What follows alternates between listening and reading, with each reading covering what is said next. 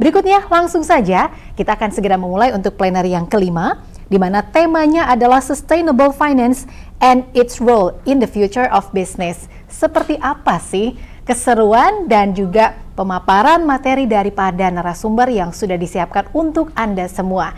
Sebelum kami mengundang narasumber dan juga moderator yang akan mengisi plenary kelima, kami ingin menghimbau dan menginformasikan lagi kepada seluruh peserta ISIF 2022 untuk selalu aktif berpartisipasi karena tentu saja 3 penanya terpilih nanti akan mendapatkan apresiasi atau giveaway dari panitia.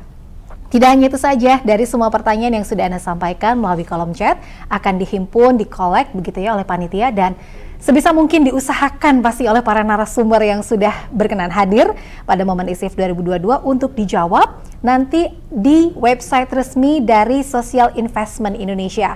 Pastikan Anda selalu terupdate dan juga melihat apa saja begitu ya dari rangkaian acara selama 2 hari ini di ISIF 2022 di website kami, sekali lagi di Social Investment Indonesia. Untuk itu langsung saja kami akan undang moderator yang luar biasa, Bapak Wahyu Aris Darmono atau akrab disapa Pak Aris, selaku Senior Advisor Social Investment Indonesia untuk dapat muncul secara virtual bergabung dengan kami. Selamat pagi Pak Aris, sudah terkoneksi sambil kita menunggu. Pani. Sudah siap lagi untuk dapat memandu plenary yang kelima ya Pak Aris? Sudah. Baik, saya boleh menyapa juga untuk seluruh narasumber di plenary kelima pada pagi hari ini. Bapak dan Ibu peserta yang akan mengisi materi dan juga memberikan insight wacana serta jawaban atas pertanyaan peserta yaitu Bapak Dr. Andes Edi Soekarno AKM MCA CRBD selaku Ketua Program Studi D3 Keuangan dan Perbankan Perbanas Institute. Kemudian akan diisi juga oleh narasumber Bapak Tony M. Suryo Mulyono selaku SVP Treasury and Markets PT Bank DBS Indonesia serta Ibu Nuni Sutyoko selaku Head of Corporate Sustainability PT HSBC Indonesia. Saya ingin sapa terlebih dahulu dan juga mencoba koneksi apakah sudah bergabung dengan kami di sini di ISIF 2022. Boleh saya sapa kembali kepada Bapak Edi Soekarno, sudah bergabung? Baik, saya juga ingin menyapa Bapak Tony M. Suryo Mulyono. Selamat pagi, menjelang siang Pak Tony. Baik, suara sudah terdengar jelas dari studio kami di sini dan juga Ibu Nuni Sutyoko. Saya menyapa. Baik, sudah bergabung. Kami tinggal menunggu koneksi dari Bapak Edi Soekarno begitu ya. Baik, sekali lagi Bapak dan Ibu peserta ISIF 2022, saya yakin Anda masih bersemangat untuk bisa tune in dan juga join bersama dengan plenary kelima ISIF 2022 yang akan dipandu oleh Bapak Aris. Silakan Pak. Terima kasih Mbak Fani. Assalamualaikum warahmatullahi wabarakatuh. Selamat siang semuanya. Senang sekali berjumpa lagi dengan Anda semua. Anda semua siang ini kelihatan so ESG. Apalagi kita mau ngobrolin sekarang nih, salah satu intinya soal sustainable finance. Halo Mbak Nuni, lama kita tidak berjumpa, ketemu lagi. Mas Aris, Ya. lama banget ini. Alhamdulillah ketemu lagi sekarang di acara yang cukup penting ini gitu ya. Dan ini orang di Indonesia sekarang ini sedang mikirin banget soal gimana ya tugas saya sebagai manajer ESG. Sukses nggak nih nanti bisa jadi portofolio ESG. Terutama ini nanti akan saya tanyain ke Pak Tony nih ya, yang dari DBS. Gimana Pak Tony? Segar sehat siang ini? Alhamdulillah sehat Pak Arif. Ya, ini cuma Pak Edi ya yang belum kelihatan di layar. Mungkin tidak berpanjang lebar, saya rasa para hadirin semua juga udah nunggu-nunggu banget plenary 5 ini, karena di sini nanti intinya mungkin juga akan banyak pertanyaan. Setahun ini perusahaan-perusahaan itu Pak Tony, Mbak Nuni rame-rame bikin roadmap ESG supaya juga bisa dapat investasi ya, dan jadi portofolio ESG. Kira-kira begitu. Pak Tony, sebagaimana biasanya kita di Indonesia, mungkin mempersilahkan perempuan untuk lebih dulu tampil, begitu Pak Tony ya? Silakan, betul, Mbak betul. Nuni dipersilakan tampil lebih dulu, Pak Tony udah ikhlas, rela. Tapi mungkin waktunya karena nanti kita harus selesai di jam 12 ya, 12 lewat sedikit. Jadi untuk setiap pembicara diberikan waktu 20 menit sebetulnya, tapi waktu kita tadi udah diambil sama Mbak Peggy sama di sesi sebelumnya. Jadi biasanya para pembicara narasumber punya sekitar 20-30 slide. Jadi mungkin mohon maaf nanti ketika waktu untuk masing-masing hampir habis akan saya ingatkan, akan saya kasih gently reminder mungkin begitu. Mohon dimaafkan kalau itu terpaksa dilakukan supaya manajemen waktunya bisa dilaksanakan dengan baik. Setelah presentasi selesai ketiganya, nanti akan dilanjutkan dengan sesi menjawab pertanyaan, karena nggak jadi tanya jawab ya, biasanya menjawab pertanyaan yang nanti akan dibantu pertanyaannya dikolek oleh panitia. Silakan Mbak Nuni, 20 menit. Oke, baik. Terima kasih Mas Aris. Bismillahirrahmanirrahim. Assalamualaikum warahmatullahi wabarakatuh. Salam sejahtera untuk kita semua. Semoga semua dalam keadaan sehat dan benar sekali Mas Aris. Kita sudah lama sekali tidak bertemu. 10 tahun mungkin ada ya. Dan tadi juga saya sempat mendengarkan beberapa dari panel yang sebelumnya juga teman baik Pak Karyanto juga dari Danone semua, dan ini memang pembicaraan sehari-hari nih ya. Sekarang ESG ini sudah menjadi bisa dikatakan mainstream. Dan Pak Aris, kalau kita ingat zaman dulu kayaknya yang ngobrolin mengenai ESG itu cuman kita aja ya.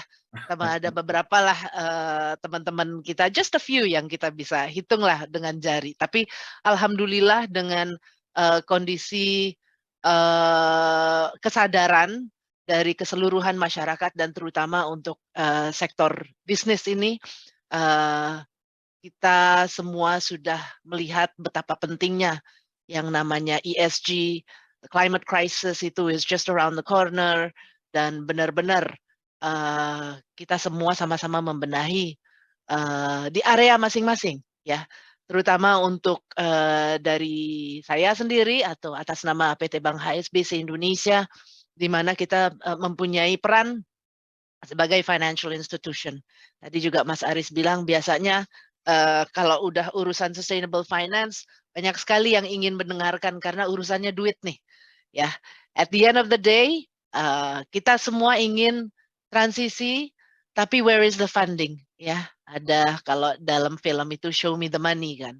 Tapi tentu yang namanya show me the money kita harus ada rambu-rambu tertentu, peraturan-peraturan tertentu, dan kemudian kita harus memastikan kriteria itu benar-benar masuk dalam hal untuk financing, dan jangan sampai kita terjebak dalam hal greenwashing yang banyak juga terjadi saat ini.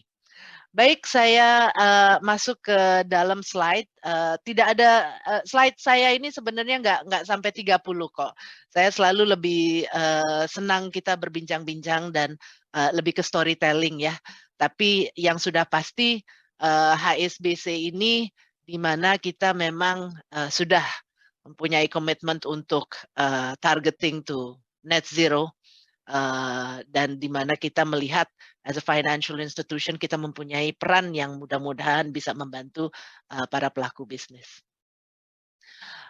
Sedikit mengenai HSBC, mungkin kalau bapak-bapak dan ibu-ibu yang belum mengetahui HSBC ini, kantor pusat kita sebenarnya kita sudah PT Bank HSBC Indonesia di sini, tapi kita memang mempunyai affiliated yang kita sebut shareholders kita di London office, di mana kita salah satu yang sebenarnya sudah cukup lama di dunia juga. HSBC sendiri sudah lebih dari 150 tahun existence-nya sebagai financial institution.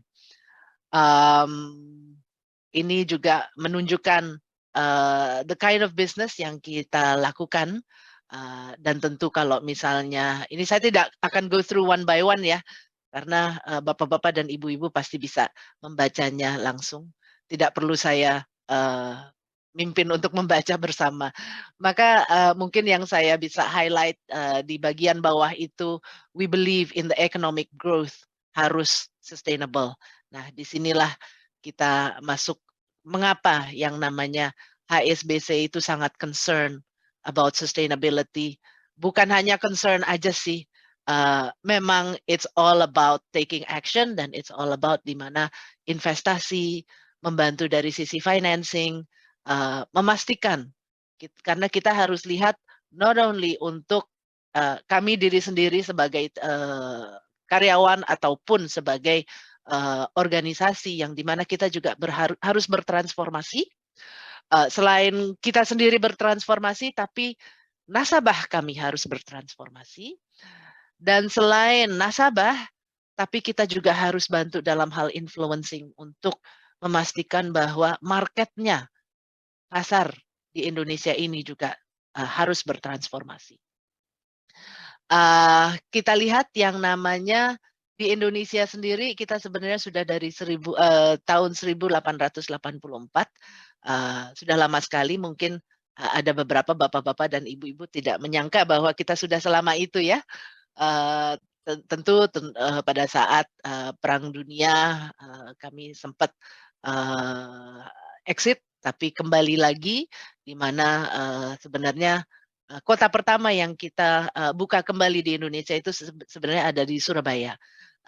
Dan lalu kita mulai berkembang lagi, dan di mana kami juga pada tahun 2009 kita akuisisi yang namanya PT Bank Ekonomi Raharja, Bank Ekonomi, dan pada tahun 2017 persisnya kami menjadi PT Bank HSBC Indonesia, di mana kita saat itu langsung integrasi bersama Bank Ekonomi yang sekarang kita menjadi PT Bank HSBC Indonesia. Oke, jadi dalam hal topik ini mengenai our climate ambition untuk PT Bank HSBC Indonesia maupun HSBC Indonesia secara global. Seperti tadi saya sampaikan bahwa saya berbincang-bincang dengan Mas Aris, Mas Jalal, dengan teman-teman lah semua dari ISEF ini sudah bertahun-tahun.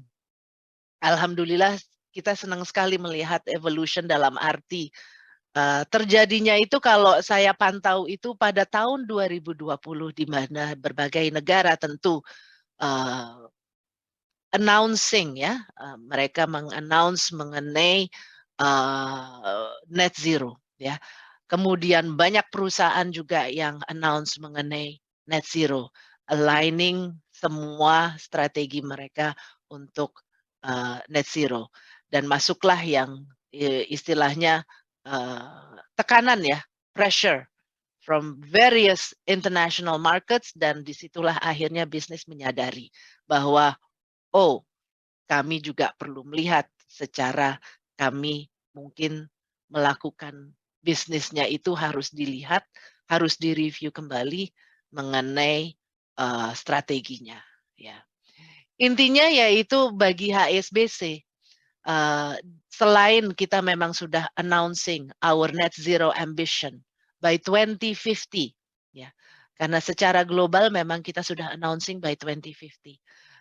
Sementara untuk our own operations ya, untuk diri kita sendiri sebagai organisasi, sebagai institution, kita komit dalam 2030 ya, termasuk insya Allah supply chain-nya kami sendiri ya. Jadi di sini terlihat bahwa kita membenahi diri kita sendiri, lalu kita masuk dalam hal supporting our client transition, di mana klien kita itu adalah salah satu yang kita sebagai bank, kita sebagai financial institution harus menjadi katalisatornya. We need to be the catalyst untuk membantu mereka. They rely on us, mereka depending on us. Jadi bagaimana untuk kita membantu yang namanya klien-klien kita, nasabah-nasabah kami ini untuk review kembali their transition plan, di mana berbagai macam sektor, dan di situ juga kita memastikan bahwa itu semua based on the science-based targets atau SBTI, ya. Dan di situ juga klien kita tentu mempunyai supply chain, ya. Nasabah kita mempunyai yang namanya supply chain. Jadi kita tidak berhenti hanya di klien saja, kita juga review bagaimana yang namanya supply chain-nya mereka, bantuannya seperti apa, entah itu dari segi financing maupun dari segi structuring, ya. Structuring atau yang kadang kita juga sering sebut sustainability framework. So, selain diri kita sendiri dan selain tentu nasabah kita atau pihak ketiga maupun supply chain-nya diri kita sendiri, at the end of the day we're still a bank, ya. Tetap kita adalah sebagai financial institution. Maka di situ kita selalu bekerja sama dan yang namanya apakah itu dalam konsorsium, apakah itu dalam collaboration, apakah itu dalam partnership, di mana kita harus mencari solusinya, because nobody can do this on their own, tidak bisa, ya. Unlock the climate solutions. Sekarang kalau kita berbicara dengan salah satu klien di mana dia bisa jadi adalah hard to abate sektor, ya. Ya, tentu kita membutuhkan expertnya. Nah, disitulah kita selalu kerjasama dengan berbagai partnerships, ya, climate solutions. Dan di sini tentu saya rasa di audience juga ada beberapa, ya, yang namanya dari civil organizations. Saya sebutkan beberapa, misalnya dari WRI atau WWF ataupun berbagai other organizations yang bisa membantu think tanks. Ya, itu yang saya biasanya sebut adalah think tanks, membantu untuk mencari solusi dari segi sektor, dari segi market, dari segi financial solutions juga.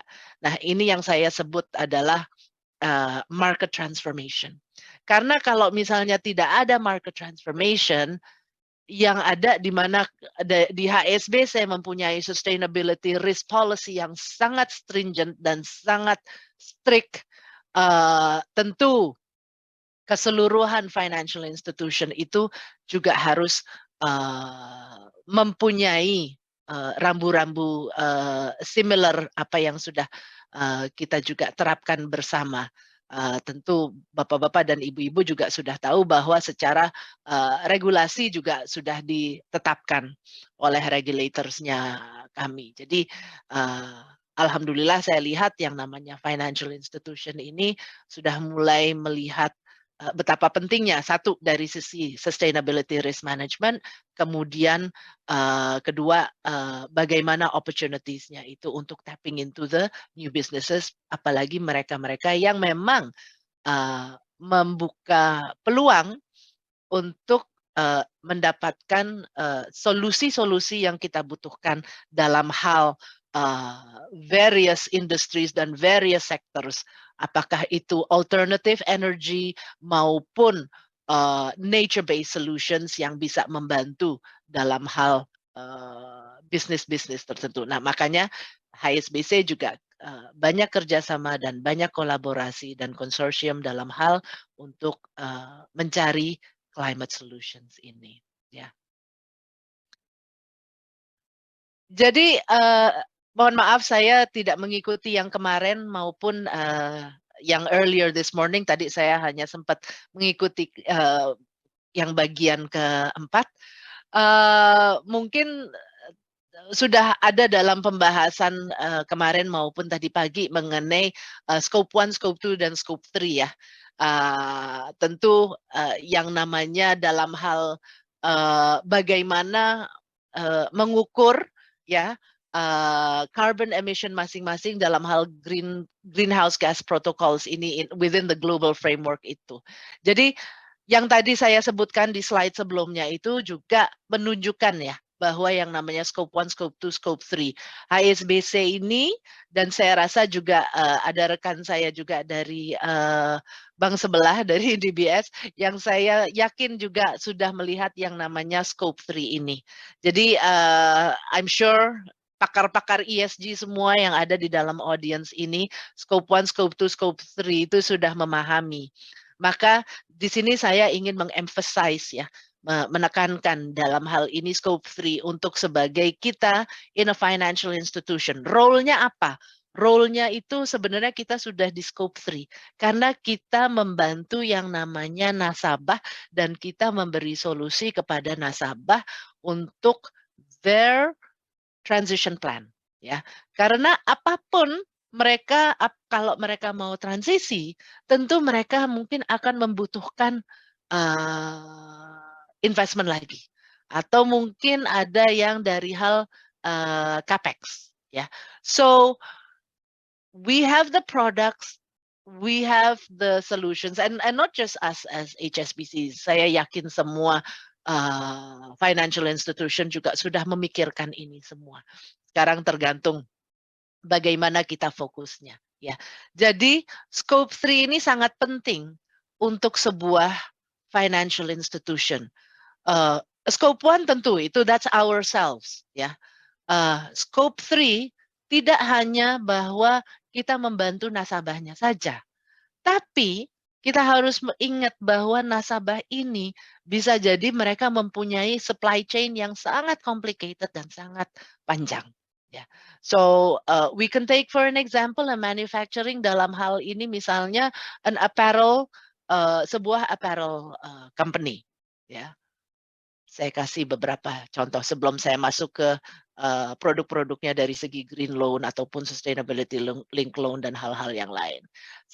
Saya pertunjukkan di sini mengenai sustainable supply chain financing, ya. Yang dimana ini benar-benar sudah dalam kategori scope 3. Kalau kita melihat sebuah manufacturing atau sebuah apparel industry, ya, kita kan lihatnya hanya sepatunya ada di toko, but we need to realize perjalanannya itu. Di mana HSBC bisa jadi mempunyai kliennya itu adalah the principal, ya, brandnya sendiri, the principal, the main company itself, ya. Nah, kita harus mengingat sebagai financial institution kita juga harus ingat bahwa supply chain-nya itu dari company-nya sendiri itu mempunyai supply chain yang sangat panjang. The manufacturers, kemudian the amount of fossil fuel yang digunakan di manufacturing atau pabriknya mereka sendiri, ya. Kemudian belum lagi logistiknya mereka. Nah, disinilah yang dimana kita mempunyai berbagai produk seperti sustainable supply chain financing, di mana kita bisa facilitate, ya. Dalam hal ini adalah contohnya Puma, ya. Mereka mempunyai supply chain di berbagai negara juga, dan disinilah ada financing terms yang dimana itu berkaitan dengan sustainability performance-nya mereka. Ya, satu hal lagi juga misalnya sustainability linked trade finance, apalagi di Indonesia, ya, di mana banyak sekali yang manufacturing grupnya itu ada di Indonesia manufacturingnya, kemudian mereka banyak untuk trading keluar. Nah, kalau kita lihat dalam hal ini, teman-teman pasti tahu, ya, kalau financial institution apa sih? Yang udah pasti tentunya pinjaman, ya, green loans. Jadi kita ada produk green loans, ya, yang dimana tentu harus dilihat dari segi the green loan principles-nya, ya. Jadi kalau kita lihat di sini, ya, sebagai contoh, ya, green loan ini bisa memang supporting untuk borrowers-nya dalam hal renewable energy project, ya, ataupun mereka yang mau acquire untuk energy efficient machines or equipment. Seperti tadi saya berikan contoh sebagai manufacturing, apakah itu in the apparel or other produsen, di mana mereka mempunyai operations yang memang sudah commit untuk energy efficiency ataupun bahkan even shifting to non-fossil fuel energy dalam hal equipment ini. Dan saya rasa kita juga semua sudah cukup paham bahwa yang paling besar dalam hal ini itu adalah heating, pemanasan, boiler, ya.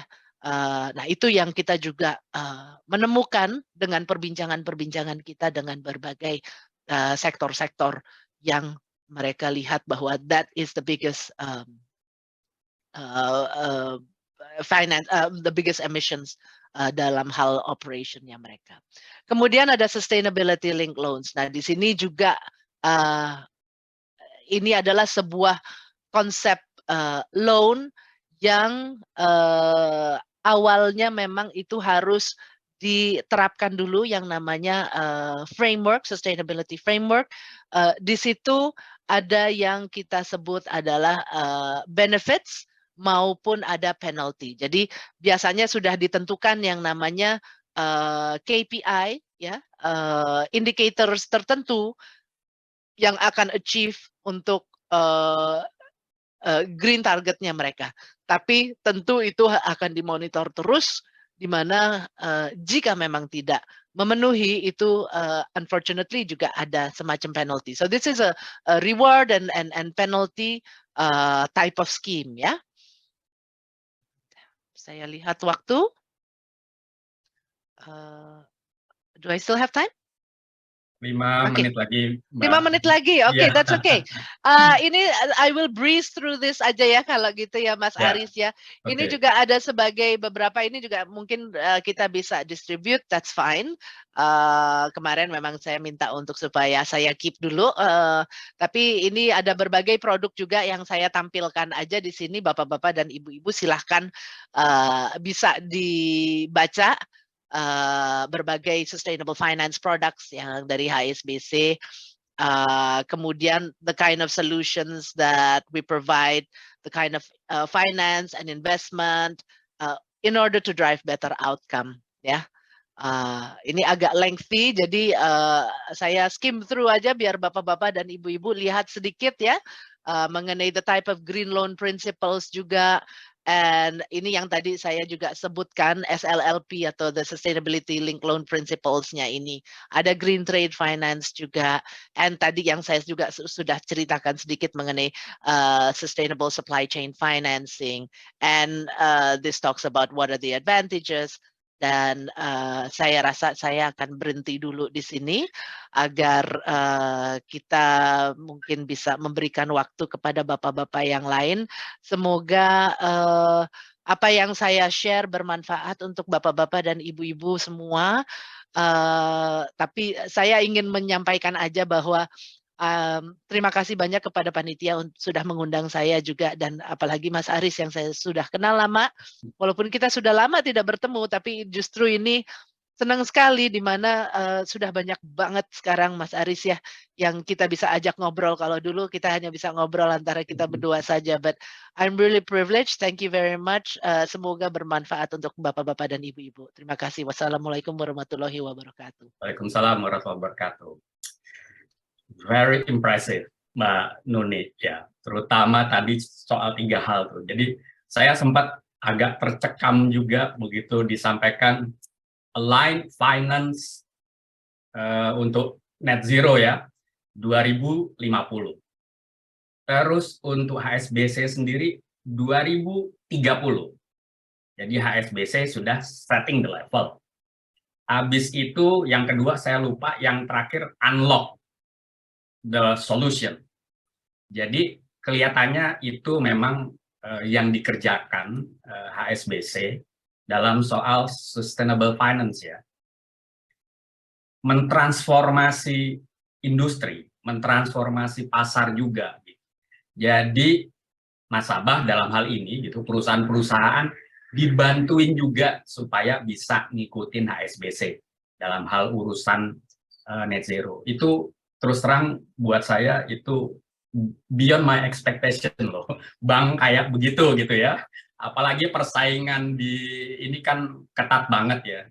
Kelihatannya kan memang HSBC udah nggak business as usual sudah lama gitu. Tapi fakta bahwa oke, begini caranya HSBC bantuin industri supaya jadi sustainable gitu. Itu buat saya very impressive. Saya rasa juga hal yang very impressive juga saya rasa akan disampaikan oleh Pak Tony nih, kelihatannya beliau udah siap-siap. Oke, Pak Tony silakan Pak, 20 menit nanti setelah itu Pak Edi. Silakan Pak Tony. Oke, terima kasih Pak Aris. Assalamualaikum warahmatullahi wabarakatuh. Waalaikumsalam. Ya, salam sejahtera semuanya. Perkenalkan, nama saya Tony. Sebenarnya nama lengkap saya M. Suryo Mulyono, tapi panggilannya Tony. Saya dari Bank DBS, tapi saya ini di Treasury and Market sebenarnya. Jadi agak sedikit berbeda. Kalau Bu Nuni kan pakarnya sustainability ini, dan saya kehormatan sekali bisa satu panggung dengan Ibu Nuni, dan Pak Edi mungkin sudah join juga ya dengan pakar-pakar sustainability ini. Relevansinya kenapa saya ada di sini dari Treasury and Markets, mungkin sesuai juga dengan topiknya hari ini adalah how sustainability finance is shaping our future business. Saya Treasury Market, saya biasanya bawa klien-klien saya untuk raise funding, baik dalam negeri maupun di luar negeri, ketemu investor, menjelaskan corporate credit story, etc. Kalau 5 tahun yang lalu kita ngomongin cuman masalah the corporate story. But for the past 3 years, selalu akan ada pertanyaan, how do you company assess your ESG? Selalu ada pertanyaan itu. Jadi boleh dibilang yang tadinya seakan-akan kayak tren, sekarang berubah menjadi necessity. Dan ini benar-benar merubah the shape of the financial industry, karena memang agenda yang dijalankan secara masif dan global ini benar-benar dirasakan, dan mau tidak mau semua pihak ini harus hand in hand berjalan bersama-sama. Nah, kami dari Bank DBS pun juga menyadari hal tersebut, bahwa kita tidak bisa jalan sendirian. Dari sektor financial, DBS nggak bisa jalan sendirian, mungkin HSBC juga pasti nggak bisa jalan sendirian, DBS dan HSBC nggak bisa jalan sendirian, berduaan, harus semua dengan klien dan seluruh masyarakat. Mungkin itu topik presentasi saya hari ini. Sebelum saya masuk ke slide saya ingin sedikit menceritakan kalau DBS, sorry saya sambil share screen saya ya.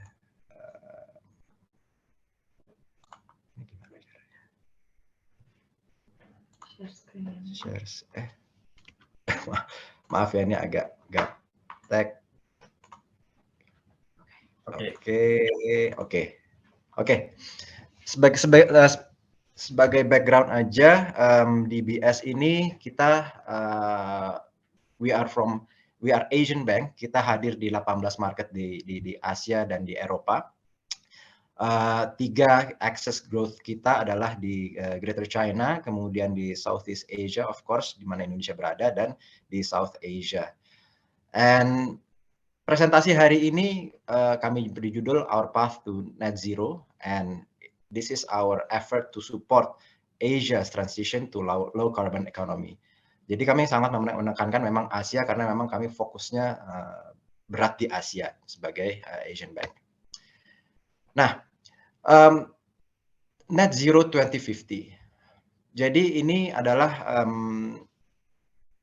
jargon yang kita sering dengar, Net Zero. Dan DBS kita mencanangkan kita mencapai Net Zero itu by 2050. Boleh dibilang kami set this target quite aggressively, and somehow juga kebetulan sama dengan HSBC tadi. Dan kami juga memiliki interim target di 2030. But the thing is, kenapa kami mencanangkan hal seperti ini? Karena 7 years ago, DBS kita memiliki visi menjadi best bank in the world pada tahun 2015. Kita harus mencapai itu dalam waktu 5 tahun. And alhamdulillah semenjak 2017 sampai dengan tahun 2022 ini, DBS terpilih menjadi mendapatkan predikat Best Bank in the World sudah 5 tahun berturut-turut sampai dengan 2022 dari lembaga-lembaga internasional seperti Global Finance dan lain sebagainya. Sehingga dirasa kami harus meriset lagi apa sih visi kami berikutnya dari Best Bank in the World, and then kami come up dengan we want to be the best bank for a better world. Gimana kita menerjemahkan better world ini? Of course kita berusaha semaksimal mungkin untuk memberikan yang terbaik untuk dunia atau lingkungan di mana kita berada. Dan kita rasakan dengan net zero by 2050 ini cukup agresif karena bila dibandingkan dengan target-target net zero di negara-negara di mana kami beroperasi, ini sudah jauh lebih rendah. Dan dengan adanya ambisi yang cukup agresif ini, pada akhirnya menuntut DBS untuk lebih proaktif, satu, dan lebih antisipatif dibandingkan dengan misalkan kita reaktif terhadap policy-policy yang ada di pasar global, contohnya. Nah, dengan adanya net zero ini, kami juga menyadari bahwa kalimat net zero ini memiliki banyak banyak impact atau tanggung jawab.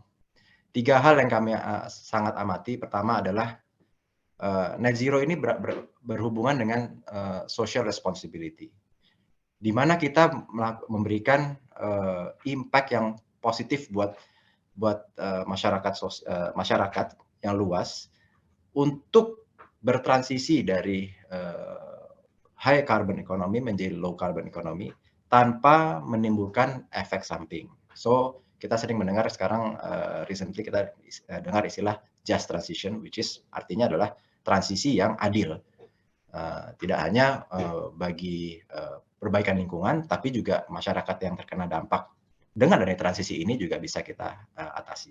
Yang kedua, kita ketahui net zero ini memiliki faktor risk management.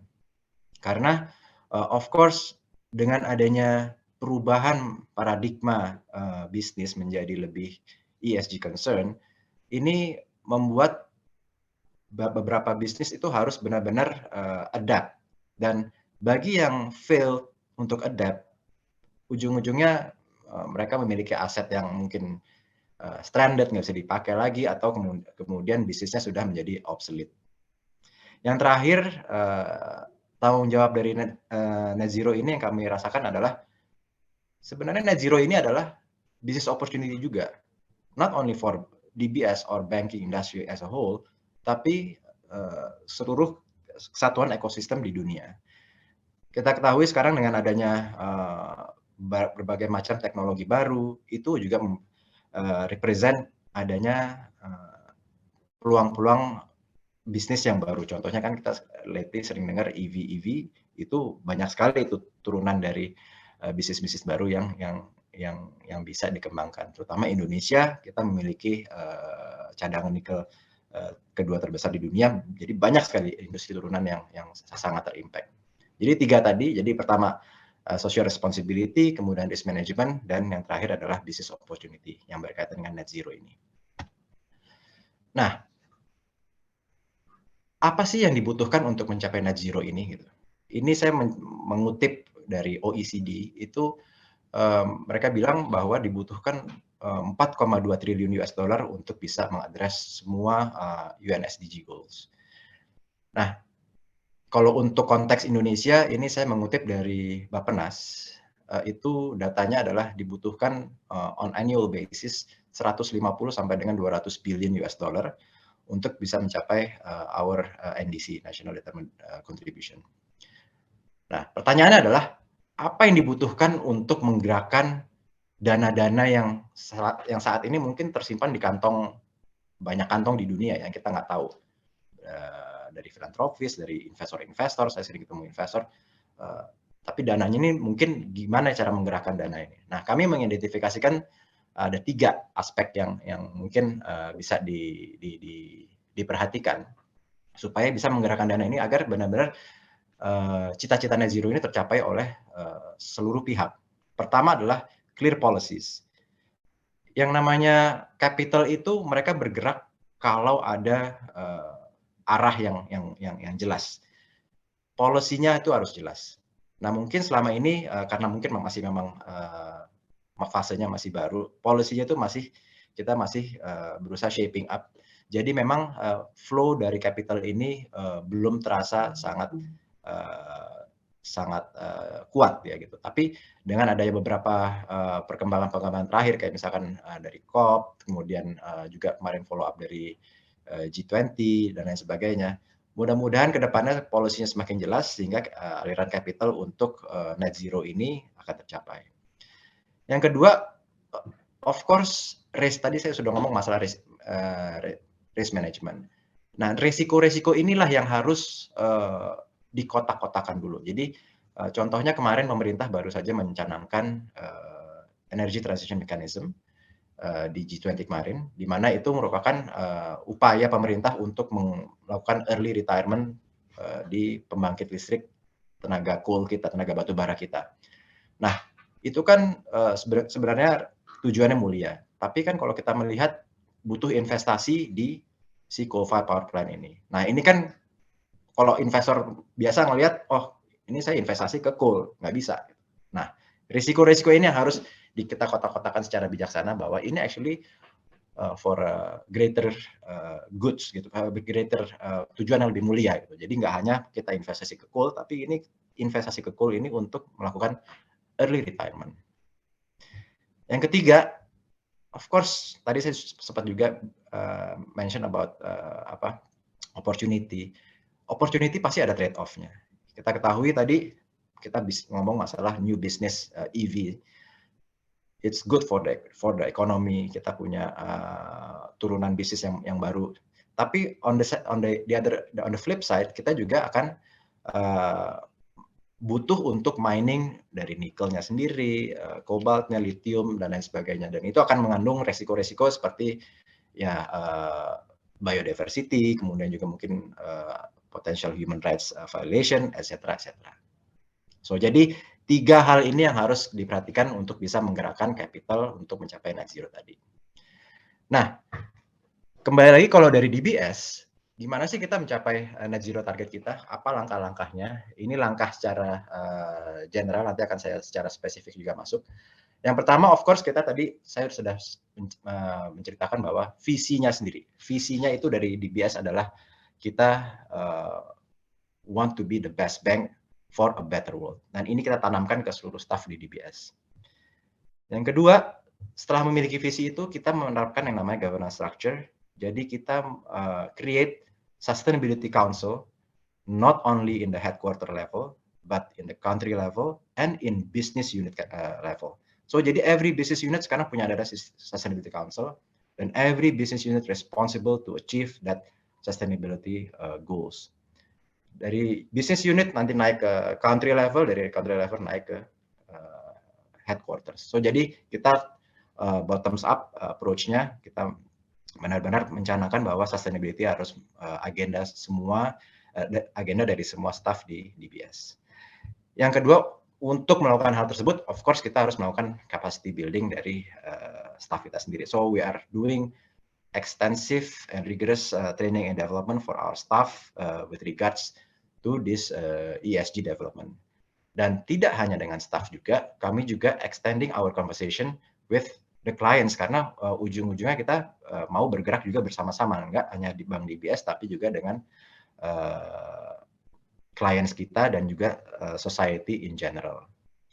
Dan yang ketiga, kita mempergunakan data and analytical tool itu untuk obviously untuk mempermudah our internal staff dulu untuk memperhatikan apa sih yang berubah dengan adanya ESG ini. Kemudian how do we communicate this to our clients and how do we achieve this in a more efficient manner. So jadi ini tiga langkah yang kita lakukan untuk approaching the net zero target.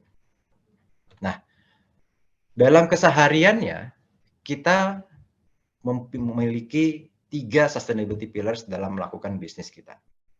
Ini 3 ini kayak mantra wajib yang harus diresapi lah oleh semua staff DBS. Yang pertama adalah we do responsible banking, yang artinya adalah kita tuh memberikan financial solutions itu yang responsible, meaning kita nggak bisa asal ngasih bisnis ke aset-aset yang tidak ramah lingkungan atau menerima dana-dana yang ada afiliasi dengan sesuatu yang tidak sesuai dengan ESG dan lain sebagainya. Yang kedua, kami melakukan responsible business practice. Artinya adalah dalam keseharian kami melakukan pekerjaan, of course kita mau be responsible. Jadi kita benar-benar menekan, contohnya kayak paling kecil aja ya, setiap makan siang sekarang lampu kantor dimatiin semuanya. Kemudian pembuangan sampah itu di seluruh kantor DBS itu diatur sedemikian rupa, benar-benar dipilah-pilah, dan kita bekerja sama juga dengan external entity Waste for Change. Bagaimana kita memanfaatkan sampah-sampah ini bisa didaur ulang. Kemudian juga, of course, kita pelan-pelan mentransformasikan power source kita di kantor-kantor kita menggunakan solar panel dan yang lebih ramah lingkungan juga. Dan yang ketiga adalah creating social impact beyond banking. Artinya apa? Kita mau benar-benar memberikan manfaat yang terasa ke masyarakat. Contohnya, of course, selain CSR ya, kita juga memiliki program People of Purpose. Jadi semua staff itu wajib melakukan bakti sosial ya. Apa definisi yang paling gampang bakti sosial? Minimum 6 jam kalau nggak salah per tahun itu melakukan bakti sosial yang ada impact-nya untuk benar-benar sosial dan lingkungan. Kemudian kita juga lately mencanangkan kampanye TZFW atau towards zero food waste. Kalau bahasa Indonesia itu artinya makan tanpa sisa. Itu semua staf harus berusaha mengikuti kampanye ini. Dan ini kalau kita lihat sekilas mungkin kayak oh ini biar nggak mubazir atau segala macam. Tapi sebenarnya kita memiliki makna yang lebih dalam dari situ, karena kita ketahui makanan yang sisa itu biasanya dibuang ke TPA dan itu akan menjadi methane. Methane itu food waste itu contributing at least like 5% of the GHG emission, dan methane itself itu 80 kali lebih toksik dibandingkan dengan CO2. So that is our goal. Jadi dari hal kecil ini kita berusaha mencapai tujuan-tujuan yang lebih besar sebenarnya. Mohon maaf, masih 5 menit lagi Pak Tony. Yap, oke. Saya selalu coba quickly untuk pilar pertama tadi, sustainability financing. Kita berusaha memberikan financing yang bertanggung jawab dalam arti dari segi ESG. So pada saat kita menerapkan target net zero tadi, kita targetnya adalah kita memberikan financing 50 miliar Singapura dolar pada tahun 2024. Ini kita tetapkan kalau nggak salah 2 tahun yang lalu targetnya, cukup ambisius pada saat itu. Dan alhamdulillah di luar dugaan juga per akhir tahun ini angkanya ini sudah exceed. Jadi per 2022 ini sudah 52,7 billion. Jadi kita melihat animo ataupun memang channel-channel yang kita bisa lakukan untuk mengkonversikan ke financing yang lebih sustainable itu lebih beragam sekarang. Nah ini kami baru saja mengumumkan ke publik bahwa ini net zero kita tahun 2050, ini pathnya apa. Ada 9 sektor yang kita fokuskan. 9 sektor ini sebenarnya cuma merepresentasikan kurang lebih 30% dari total portfolio DBS. Tapi 9 sektor ini mencakup hampir 90% dari emisi penghasil emisi di dunia. Nah, sebagai penjelasan lebih dalam, dari 9 sektor ini 7 sektor itu power, oil, gas, otomotif, steel, aviation, real estate, and shipping itu kita targetnya adalah pengurangan emisi reduction. Kita langsung set itu emission reduction. 2 sektor F&A and chemicals itu pakai coverage data, karena memang dari 2 sektor ini belum banyak data yang bisa kita jadikan benchmark. Jadi kita mengharapkan within few years then we can also do the emission reduction targets. Nah, untuk dari 7 sektor itu, 6 sektor itu kita set goal-nya itu yang sangat ambisius. Jadi kita mau reduction-nya itu below market standard. Gitu. Dan of course semua target ini kita lakukan dengan science-based approach. Nah ini contoh-contoh yang sudah kita lakukan khususnya di Indonesia aja. Kita punya biomass energy renewables di Indika. kemudian kita juga menyalurkan e-fishery lending ke sana untuk menjembatani antara petambak dengan si pembeli langsung, dan juga of course ecosystem lending untuk melakukan inclusive financing. Ini produk-produk kita punya green savings yang dimana part of the interest kita akan kasih ke petani Krakatoa, dan juga ada kita bekerjasama dengan Garda Pangan untuk memberikan menukarkan rewards kita ke donating food packages ke kaum yang membutuhkan. Ini pilar kedua, tadi saya sudah sempat touch base, kita punya solar panel installation, kemudian kita do waste management, kita kerjasama dengan Waste for Change. Nah, yang ketiga tadi saya juga sedikit touch base, ini sekedar report aja yang sudah kita lakukan. Ternyata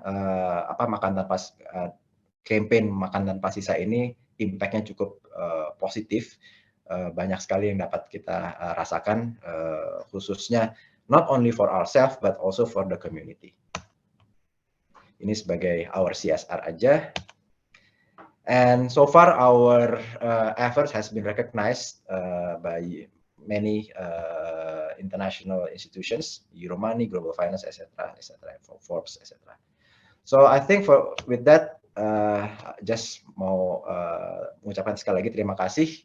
Kalau ada pertanyaan monggo, kalau bisa saya jawab akan saya bantu jawab. Wassalamualaikum warahmatullahi wabarakatuh. Waalaikumsalam warahmatullahi wabarakatuh. Sama-sama, very impressive juga Pak Tony. Ini sementara kalau ngelihat presentasi dari Mbak Nuni dan Pak Tony, saya mungkin sementara akan bilang untuk shaping the future of business, bank benar-benar bisa jadi leader, bahkan ngopenin industri nih sebetulnya. Jadi leadernya di bank nih salah satunya. Sudah bersama kita juga Pak Edi Soekarno. Selamat siang Pak Edi. Selamat siang Pak Aris. Pak Edi, karena waktu kita itu nanti sampai jam 12 ya, jam 12 lewat sedikit deh, takut pesertanya kelaparan semua.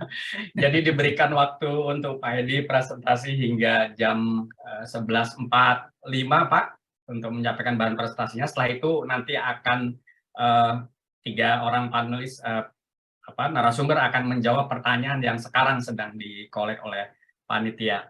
Silakan Pak Edi. Terima kasih Pak Aris, dan sebelumnya maaf Aris ya, tadi ada gangguan internet.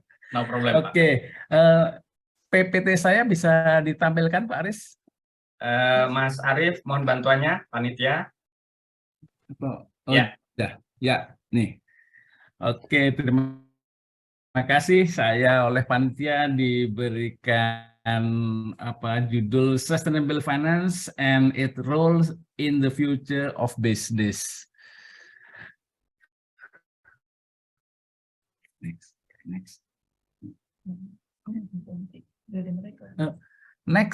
Next slide. Next. Lanjut. Oh, atau dari kita aja. Nah, ya. Bicara sustainable finance nggak akan lepas dari pembangunan berkelanjutan. Yang esensinya pembangunan berkelanjutan itu merupakan terjadinya proses produksi dan konsumsi yang mampu memenuhi kesejahteraan manusia secara berkelanjutan. Dan sustainable finance sendiri itu jelas harus mempunyai dukungan secara totalitas dari industri jasa keuangan untuk pertumbuhan berkelanjutan yang dihasilkan dari kesesuaian antara kepentingan ekonomi, sosial, dan lingkungan hidup. Nah, nanti saya dalam memberikan ilustrasi mungkin sedikit berbeda dengan teman-teman tadi Pak Tony dan Bu Nuni ya. Next slide. Pembangunan berkelanjutan diimplementasikan dalam bisnis yang berorientasi, tentu semua pada sudah sangat familiar dengan profit. Bisnis jelas harus untung.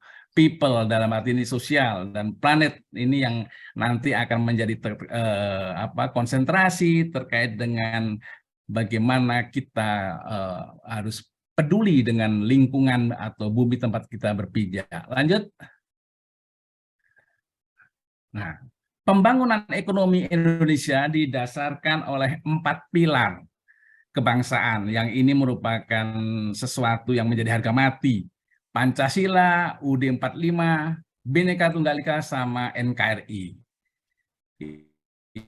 Ini juga saya yakin audiens sudah familiar dengan pilar ini. Lanjut. Pembangunan ekonomi Indonesia ada beberapa tahap, tapi saya kemukakan aja dari era reformasi yang diinisiasi oleh mantan Presiden SBY yang memiliki semboyan pro-growth, pro-job, pro-poor, dan pro-environment. Capaian-capaian ini dibagi dalam beberapa bidang. Bidang ekonomi ada istilah master plan, percepatan perluasan pembangunan ekonomi Indonesia.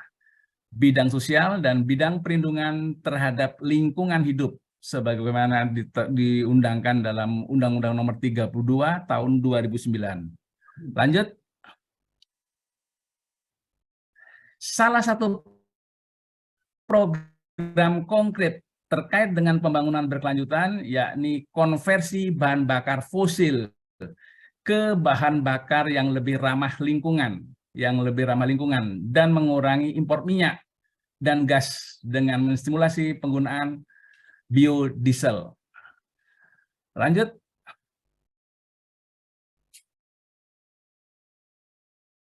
Nah, dalam konteks itu nggak bisa lepas dari peran sumber daya alam dalam proses pembangunan. Nah, secara konsep, sumber daya alam dimaknai merupakan unsur lingkungan hidup yang terdiri dari sumber daya hayati dan non-hayati, yang secara keseluruhan membentuk kesatuan ekosistem. Lanjut. Lanjut ya. Sumber daya alam memiliki fungsi ganda. Menurut pakar Grima dan Belkers ya, sebagai modal dasar pertumbuhan ekonomi sekaligus penopang sistem kehidupan. Nah, sesuatu dikatakan sumber daya alam apabila punya dua kriteria. Yang pertama, harus ada pengetahuan, teknologi dan skill untuk memanfaatkannya. Dan yang kedua, senantiasa ada permintaan terhadap sumber daya alam tersebut. Lanjut. Next. Berdasarkan ketersediaan sumber daya alam dibagi menjadi dua. Renewable resource, misalnya air, tanah, tumbuhan, dan hewan. Lantas yang non-renewable resources, seperti minyak bumi, batu bara, emas, besi, nikel, dan seterusnya. Next.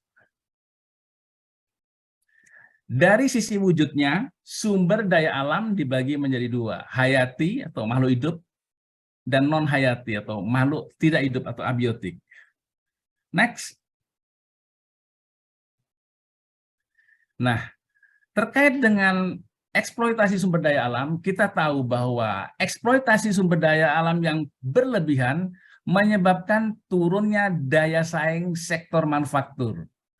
Ada istilah konsep disease, yakni terjadinya pertumbuhan yang lamban di negara yang mempunyai kekayaan alam berlimpah.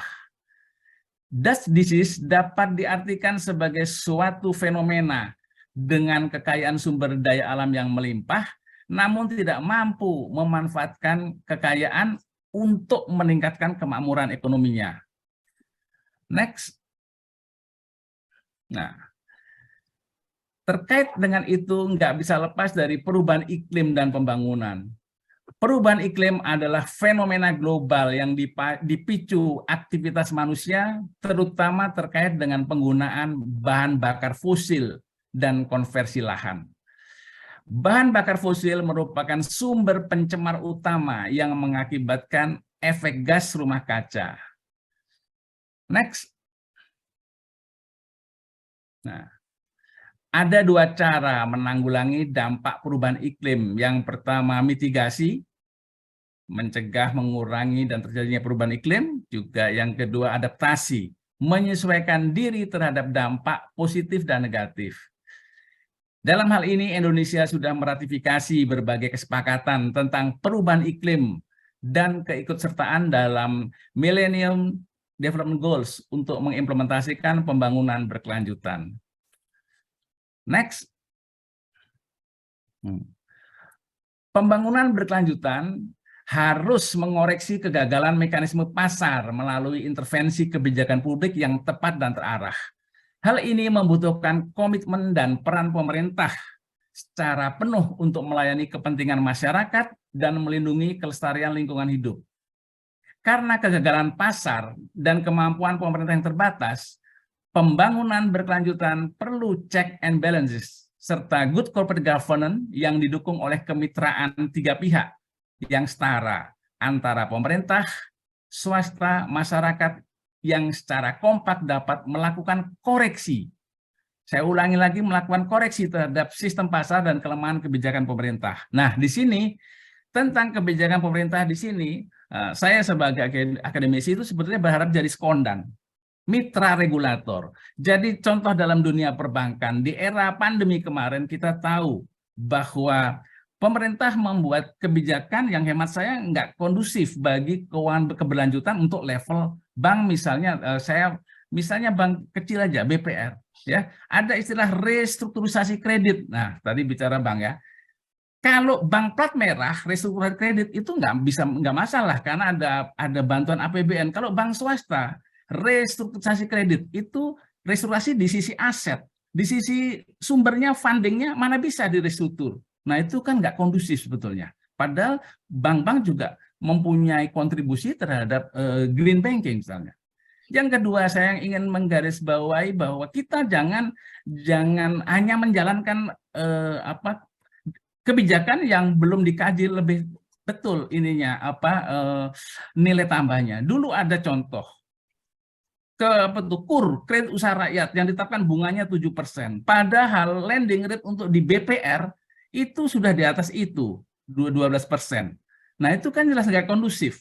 Padahal di tahun 97-98 di mana bank-bank besar rontok yang katanya eksis itu bank perkreditan rakyat. Tapi dengan ketetapan pemerintah intervensi ke pasar itu sebetulnya nggak kondusif. Ini yang harus kita cermati. Bagaimana kan bank katanya diharap tumbuh terus, tapi intervensi pemerintah terhadap ini itu yang hemat saya nggak semuanya kondusif ya. Jadi kasus pandemi kemarin, nah kebetulan saya pemain di BPR. Salah satu nasabah saya itu mempunyai bisnis air garam, lampu air garam yang menggunakan dari air garam. Dapat pesanan banyak dari lembaga plat merah sampai 6.000 partai gitu ya, 6.000 unit sudah tertanam di stok itu di tengah jalan dihentikan. Nah itu kan pengusaha kan jadi kelojotan, sudah pinjam uang di bank, tertanam di stok tapi dihentikan sementara. Alasannya karena pandemi. Itu kan nggak fair kayak begitu. Next, jadi ini memang sedikit saya belokkan, tapi ada relevansinya dengan bagaimana kita sebagai orang bank itu menyikapi bahwa jangan kita diam saja apabila ada kebijakan yang memang nggak kondusif gitu. Kelemahan utama dari konsep implementasi pembangunan berkelanjutan di Indonesia yakni tidak adanya tolok ukur. Ini kata pakar Oto Sumarwoto. Tolok ukur tersebut harus mencerminkan isu penting dan aspirasi pemerintah serta seluruh rakyat yang terkait masalah ekonomi, sosial, dan lingkungan hidup sehingga pembangunan berkelanjutan dapat merespon isu-isu krusial dan aspirasi tersebut. Lanjut. Next. Peran industri jasa keuangan dalam pembangunan berkelanjutan ya, itu concern industri jasa keuangan terhadap isu lingkungan hidup dan sosial merupakan suatu kebutuhan ya. Kalau tidak peduli dengan lingkungan hidup, implikasinya credit risk. Jangan terus dulu. Yang tadi. PPT yang tadi, tolong PPT yang tadi. Sebelumnya tadi. Setelah ini tadi. Lagi setelah itu. Nah, stop dulu di sini. Yang kedua, peduli dengan lingkungan hidup yang meningkatkan competitive advantage. Dan yang ketiga, nah ini sustainable finance ini ke arah green financing, green banking tadi itu. Next. Nah, green financing sebagai industri jasa keuangan yang mengimplementasikan core bisnisnya, terutama dalam pemberian kredit secara pengelolaan investasi, sudah memasukkan faktor risiko lingkungan hidup ke dalam prosedur pemberian pinjaman kepada nasabah. Next. Lanjut. Nah, 4 tahapan dalam sustainability finance: defensif, preventif, ofensif, sustainable. Lanjut aja nih. Ini penjelasnya panjang soalnya. Nah, eksistensi OJK yang menghandle microprudensial memiliki keterkaitan 2 fungsi lain, yakni financial integrity dan financial inclusion. Financial integrity dapat dimaknai dalam pengelolaan kredit, diperlukan adanya kajian tentang beragam risiko untuk menghindari munculnya aneka masalah yang tidak diinginkan selama proses atau setelah kredit berlangsung. Lanjut, next. Sedangkan financial inclusion dapat diartikan bahwa diharapkan kredit akan dikeluarkan bisa melindungi dan mengelola permasalahan yang dimungkinkan timbul terhadap lingkungan hidup dan sosial. Ini statement dari BI ya. Nah, sedangkan fakta di lapangan, implementasi Undang-Undang Dasar Undang-Undang Nomor 32 Tahun 2009 tentang perlindungan dan pengelolaan lingkungan hidup ya, dan peraturan pemerintah tentang instrumen ekonomi bagi industri perbankan itu ada di regulasi tentang sustainable finance. Next. Nah, kita tahu bahwa regulasi terlalu gampang dilahirkan oleh regulator, tapi kita sadari bahwa problem pembentukan peraturan perundang-undangan itu ada ya. Jadi di sini ada 4 saya kritikan, ada law making process problem. Kalau membuat peraturan itu tolong yang cermat, karena itu bisa membuat interpretasi problemnya bermasalah. Ya, dulu contohnya, ini sedikit saya belokkan. Contohnya di bank itu ada isu bahwa dividen akan kena tax-nya. Itu contoh ya. Karena problem interpretasi yang nggak pas, itu diimplementasinya juga nggak pas. Nah, itu nggak bisa lepas dari kapasitas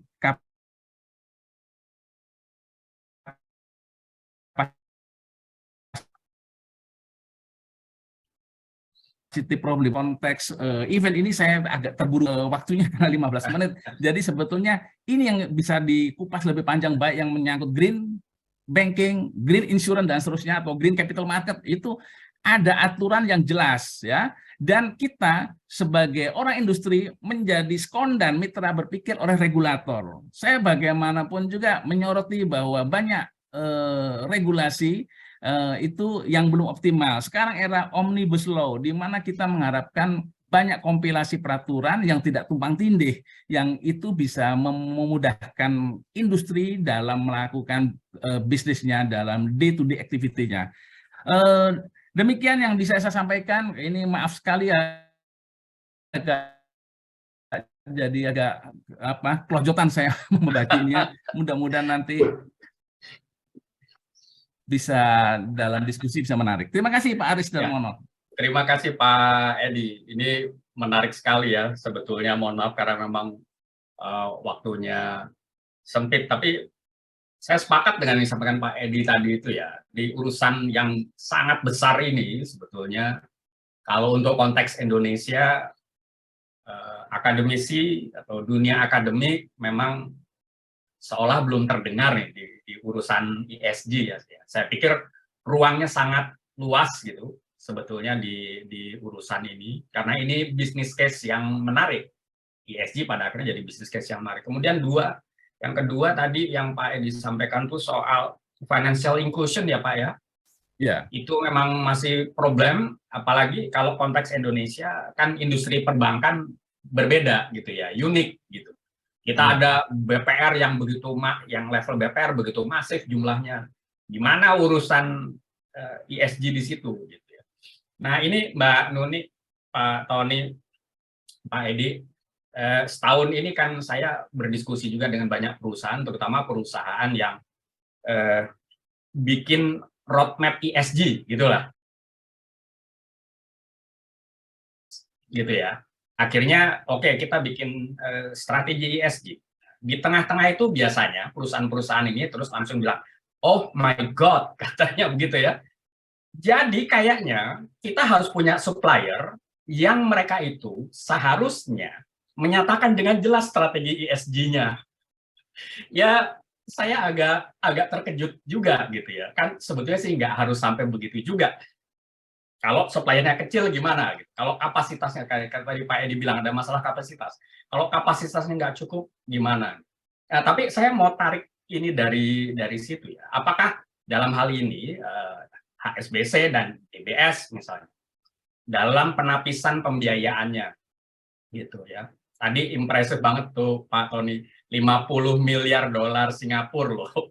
Itu nggak main-main ya untuk urusan ini. Saya rasa juga HSBC punya porsi yang besar banget. Sementara kemarin kita dengar kan kita mau dikasih berapa gitu, jauh dari 50 miliar gitu. Apakah memang pada akhirnya bank itu supaya menjalankan fungsinya ketika melakukan penapisan pembiayaan, salah satunya Anda yang mau dibiayai gitu ya, ini perusahaan-perusahaan yang sekarang kebanyakan punya manajer ESG,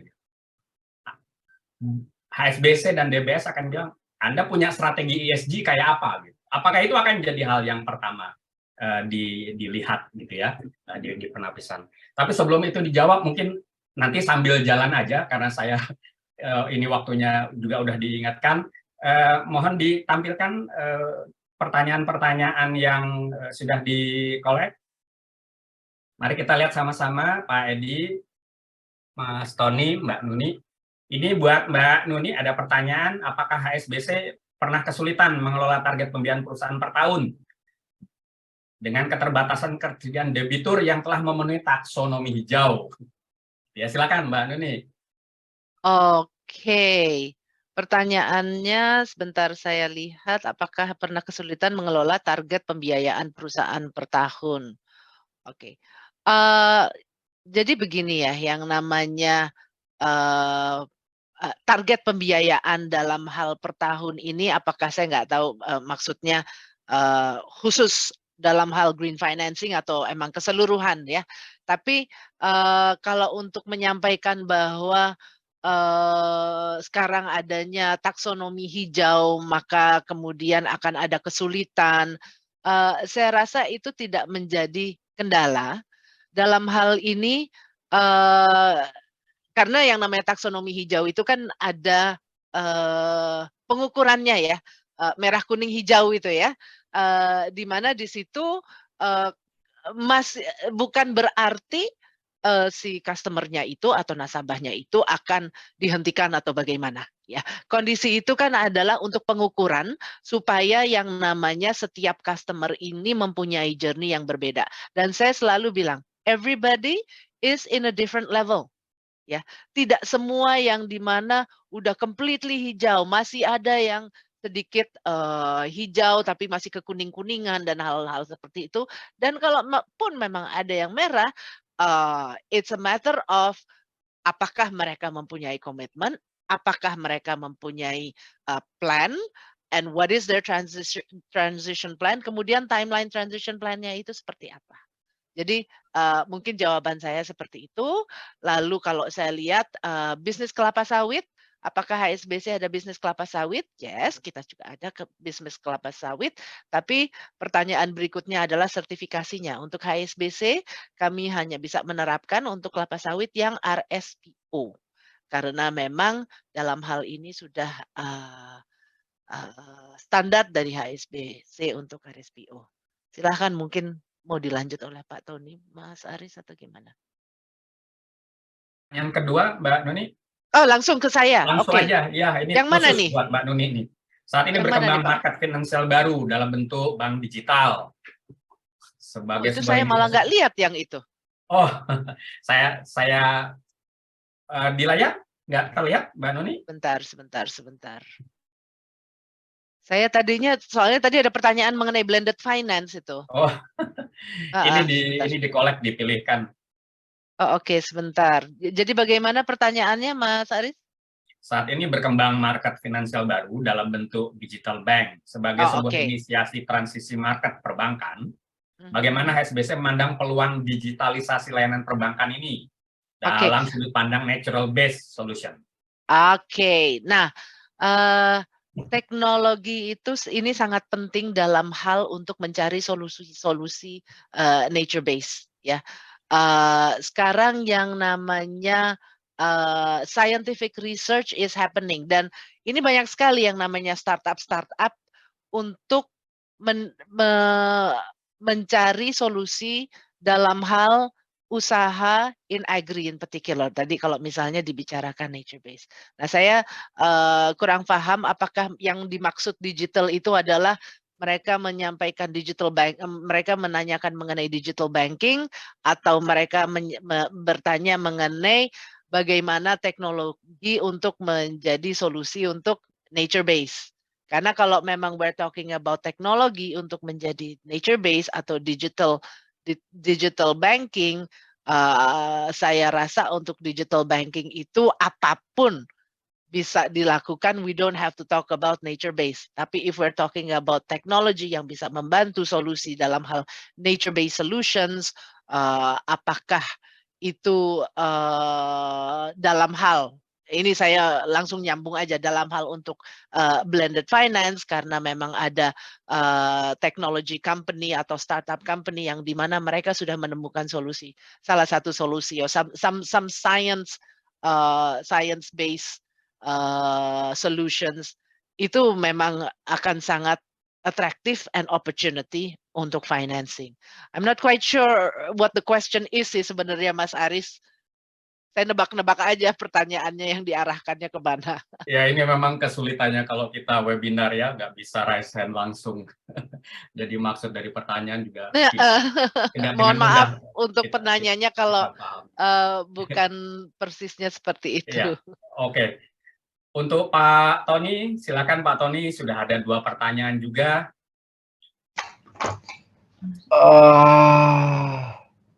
Impactful. Ini soal nanya interest rate yang lebih menarik nggak kalau yang impactful gitu untuk lingkungan? Oke.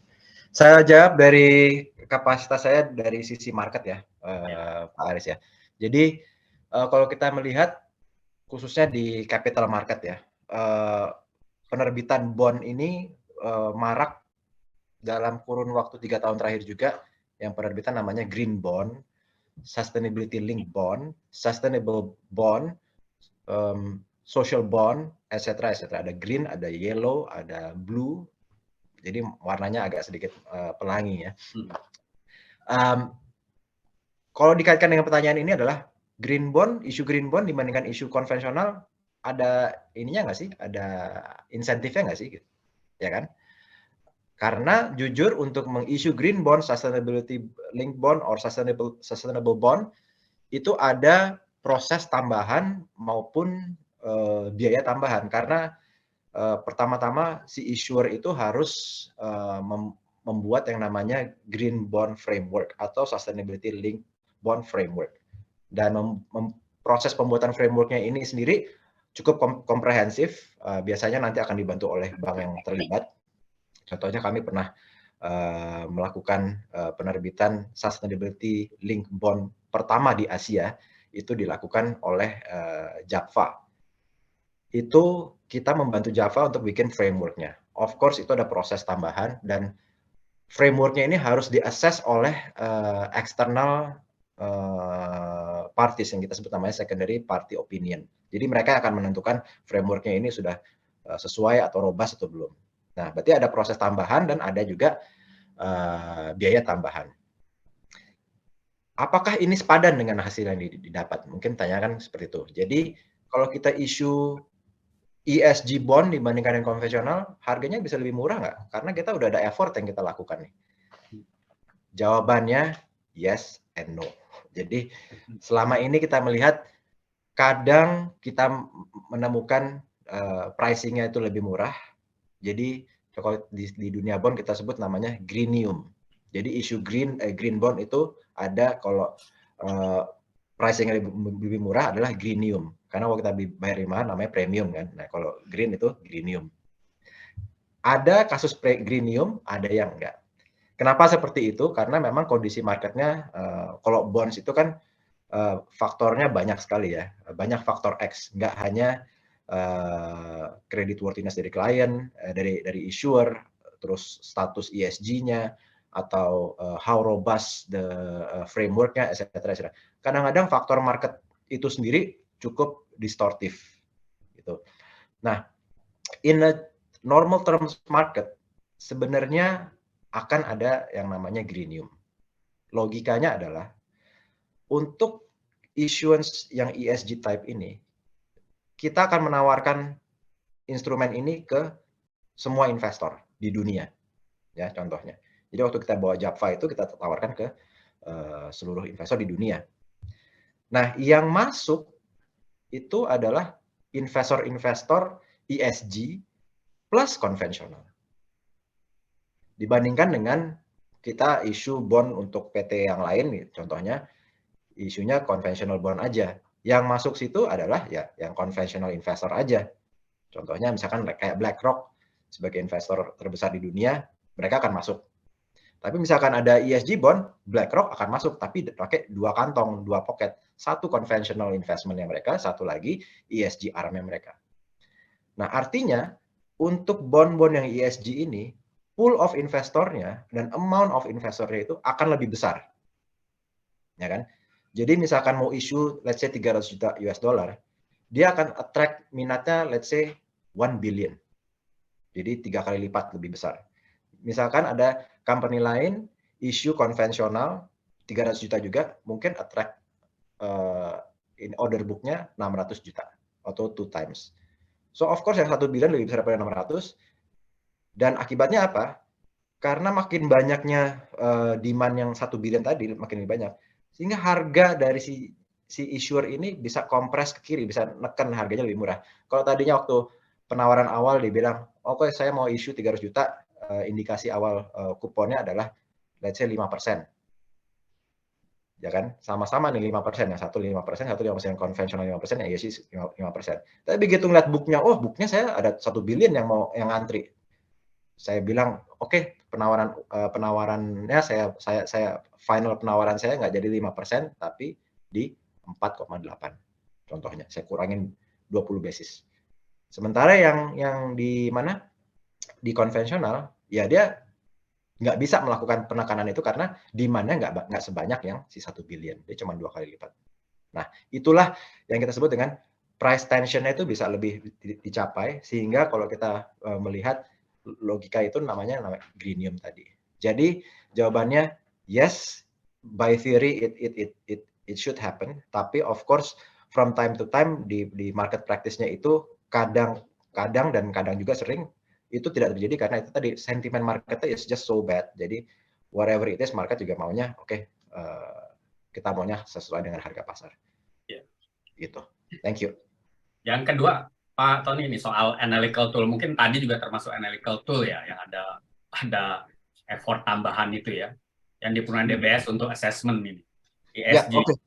Sebenarnya sih analytical tool yang kami gunakan itu tidak secara spesifik kami menggunakan sistem tertentu, karena kami memiliki in-house capability dari tim digital kami cukup advance. Jadi misalkan kayak di retail bank, di corporate banking, mereka mengembangkan machine learning technology. Jadi semuanya nanti akan serba otomatis, whatever parameter yang mereka lakukan, they just key in and then they will show up a data.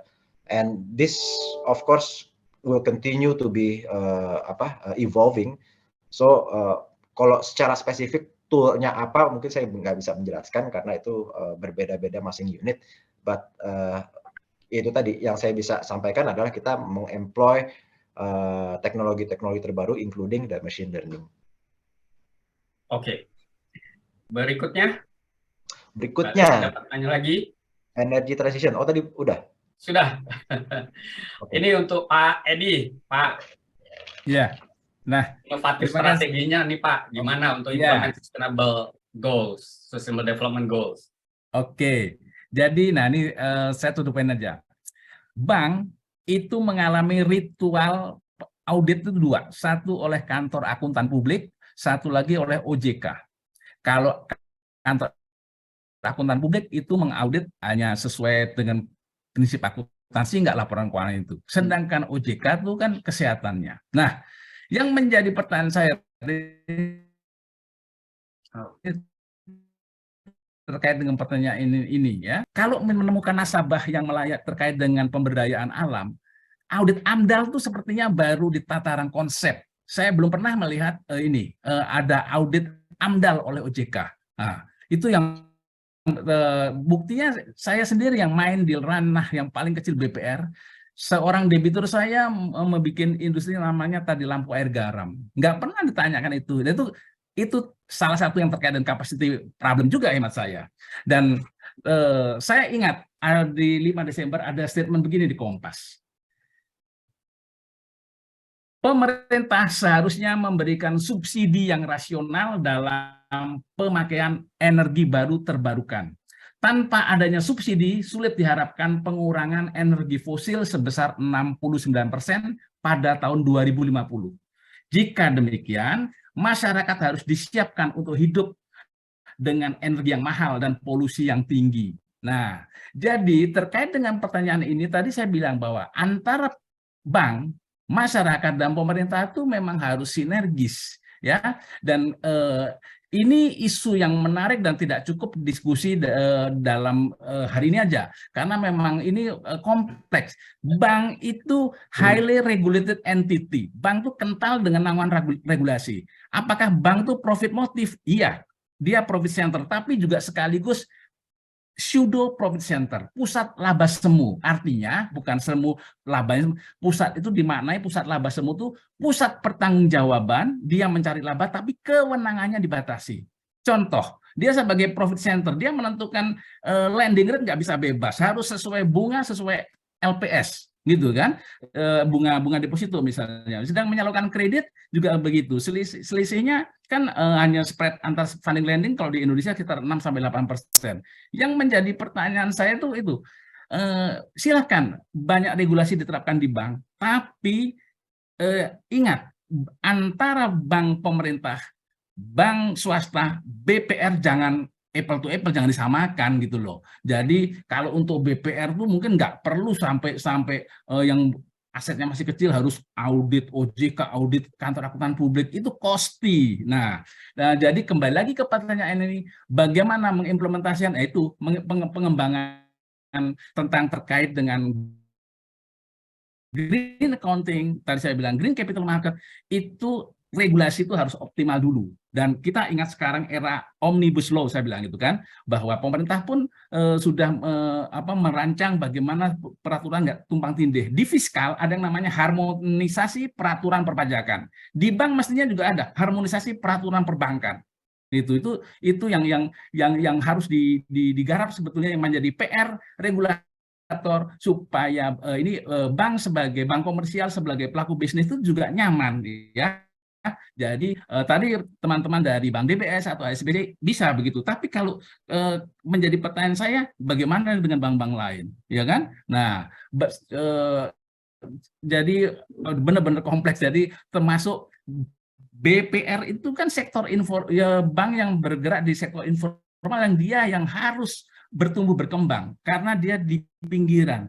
Tapi kita tahu ada ketentuan bahwa tahun 2024 modalnya harus sekian. Kalau nggak sekian, itu harus dipaksa merger. Pertanyaan pandemi kemarin itu BPR banyak pelojotan itu. Harus nambah modal. Ini contoh pertanyaan nakal tapi realistis. Nah, ini yang saya bilang, sebetulnya ini harus duduk bersama, kita itu jadi sekondan betul, mitra berpikir antara bankir, akademisi, sama regulator. Ini saya nggak bisa menjawab ini secara lengkap banget karena waktunya juga. Iya, betul Pak Edi. Sepakat nih, perlu satu sesi lagi paling enggak ya. Iya. Betulnya ya. Oke. Tadi Pak Edi udah sampaikan beberapa hasil. Ini terakhir nih, mungkin singkat saja Mbak Nuni, Mas Sony ya. Compared to another area, how hard is Indonesia? Seberapa sulit Indonesia bagi DBS dan ASBC dibandingkan dengan area lain? Is it the hardest? Kesulitan dalam hal apa ini, Mas Arief? Soal lead to tadi, transisi ESG dan lain-lain. Ya, kalau bagi saya sih, kalau if we're talking in comparison dengan the more developed countries dan OECD countries, itu tentu kan akan berbeda ya. Tapi Indonesia is an emerging market, dan kita lihat bahwa mengarahnya sudah ke sana. Dan kembali lagi dengan yang tadi saya sampaikan, Mas Aris, bahwa we're talking about a market transformation, ya. Jadi keseluruhan, dan when I'm talking about market, kita bukan hanya bicarakan dari sisi bisnis aja. Kita bicarakan dari segi pemerintahnya yang memang juga sudah mempunyai targetnya. Jadi sepertinya sudah mengarah ke situ. Oke. Apakah susah? Ya, semua juga pasti ada kesulitannya ya, Mas Aris ya. So we Tapi just need tetap to keep positif ya, going. Mbak. Oh, tetap positif dong, Pak. Oke. Oh, kita udah ngobrolinnya dari bertahun-tahun, Pak. Mas Tony, gimana? Singkat saja, terakhir. Ya, Indonesia tuh posisinya unik, Pak Aris. Jadi kita tuh boleh dibilang saat ini mungkin carbon polluter yang cukup dominan di dunia. Tapi di satu sisi kita juga carbon saving yang terbesar juga karena kita memiliki rainforest terbesar kedua setelah Kongo. Jadi secara karbon ini kita memiliki at par. Jadi itu unik di negara manapun itu nggak ada kayak Indonesia. Dan kalau kita melihat implementasi ESG di Indonesia itu nggak bisa diterapkan serta-merta konsep let's say ESG ini kan sekarang banyak digambar-gambarkan awalnya dari Eropa. Nggak bisa langsung diterapkan ke Indonesia. Contohnya kita ngomongin energi terbarukan. Kita nggak bisa langsung tiba-tiba bilang, oke, Indonesia bikin renewable energies as much as possible. No, kita negara masih berkembang. Kita masih harus menyalurkan energi listrik ke industri-industri yang saat ini sedang berkembang. Dan kondisi saat ini, lebih dari 50% pembangkit kita adalah batu bara. Dan kita nggak bisa mematikan batu bara itu overnight. Kontraknya itu 25 tahun, panjang-panjang. Beda dengan negara-negara di luar, mungkin mereka sudah mematikan itu dari lama. Indonesia dan India mirip sebenarnya, 50% ke atas itu coal-fired power plant. Nah, itu jadi nggak bisa konsep-konsep itu langsung diterapkan. Harus ada strategi-strategi yang kalau kita bilang diterapkan secara Indonesia lah, gitu. ESG ala Indonesia. Transisi secara Indonesia ya, Mas Tony. Betul. Itu yang mungkin menjadi. Oke. Ngomong-ngomong soal energi, kayaknya kita juga udah harus ngisi energi lagi siang ini. Terima kasih banyak Pak Edi, Mas Tony, Mbak Nuni untuk diskusinya yang sangat menarik. Semoga ini memberikan inspirasi bagi para peserta yang hadir di sini. Saya sebagai moderator siang ini berharap nanti kapan lain waktu kita bisa diskusi lebih lanjut lagi. Pak Edi ya, lebih panjang lagi gitu. Maaf ya Pak Adis. Kita ada SIRD nanti bisa lebih dikupas lagi. Pak Mas Tony, Mbak Nuni siap-siap nanti diundang lagi ya supaya kita lebih detail membahas soal ini.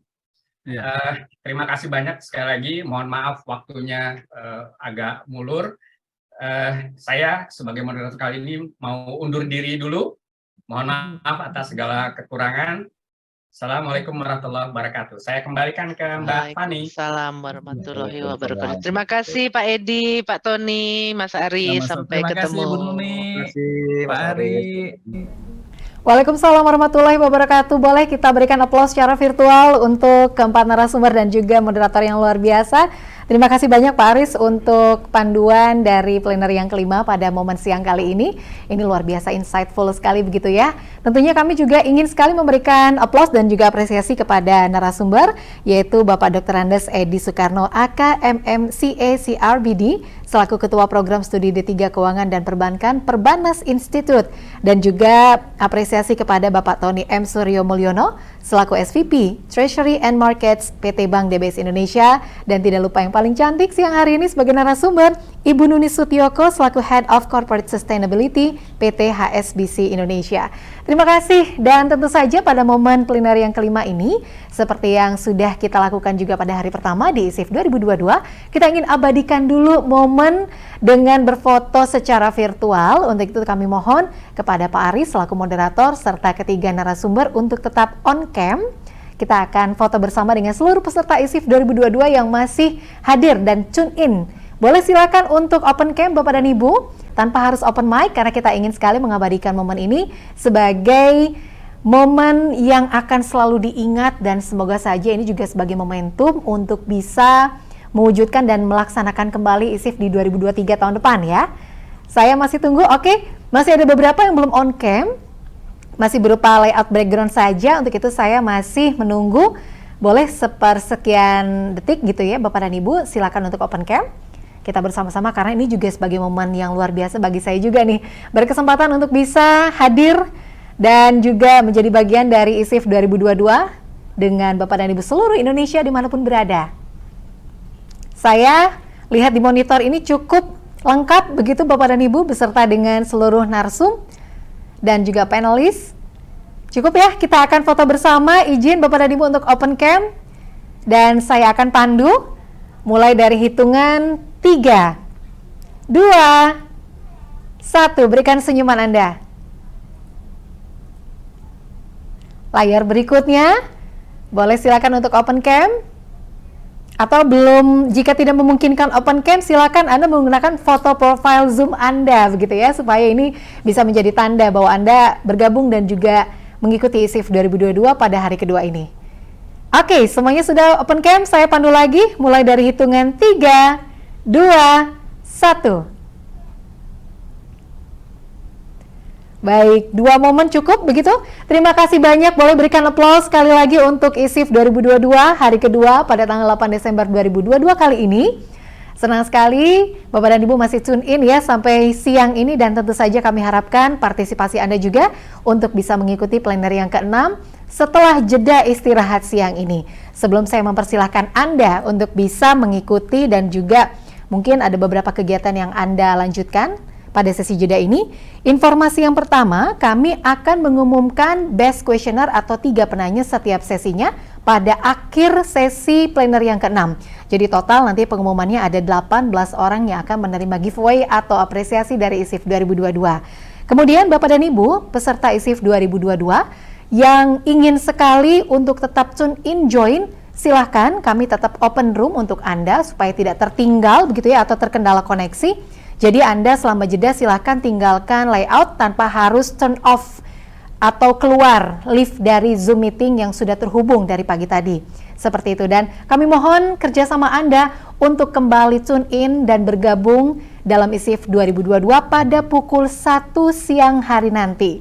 Untuk itu kami ucapkan selamat menikmati hidangan santap siang dimanapun Anda berada, selamat beristirahat atau melaksanakan ibadah sholat duhur. Kita akan berjumpa lagi dalam plenary ke-6 ISIF 2022 pada pukul 1 siang nanti.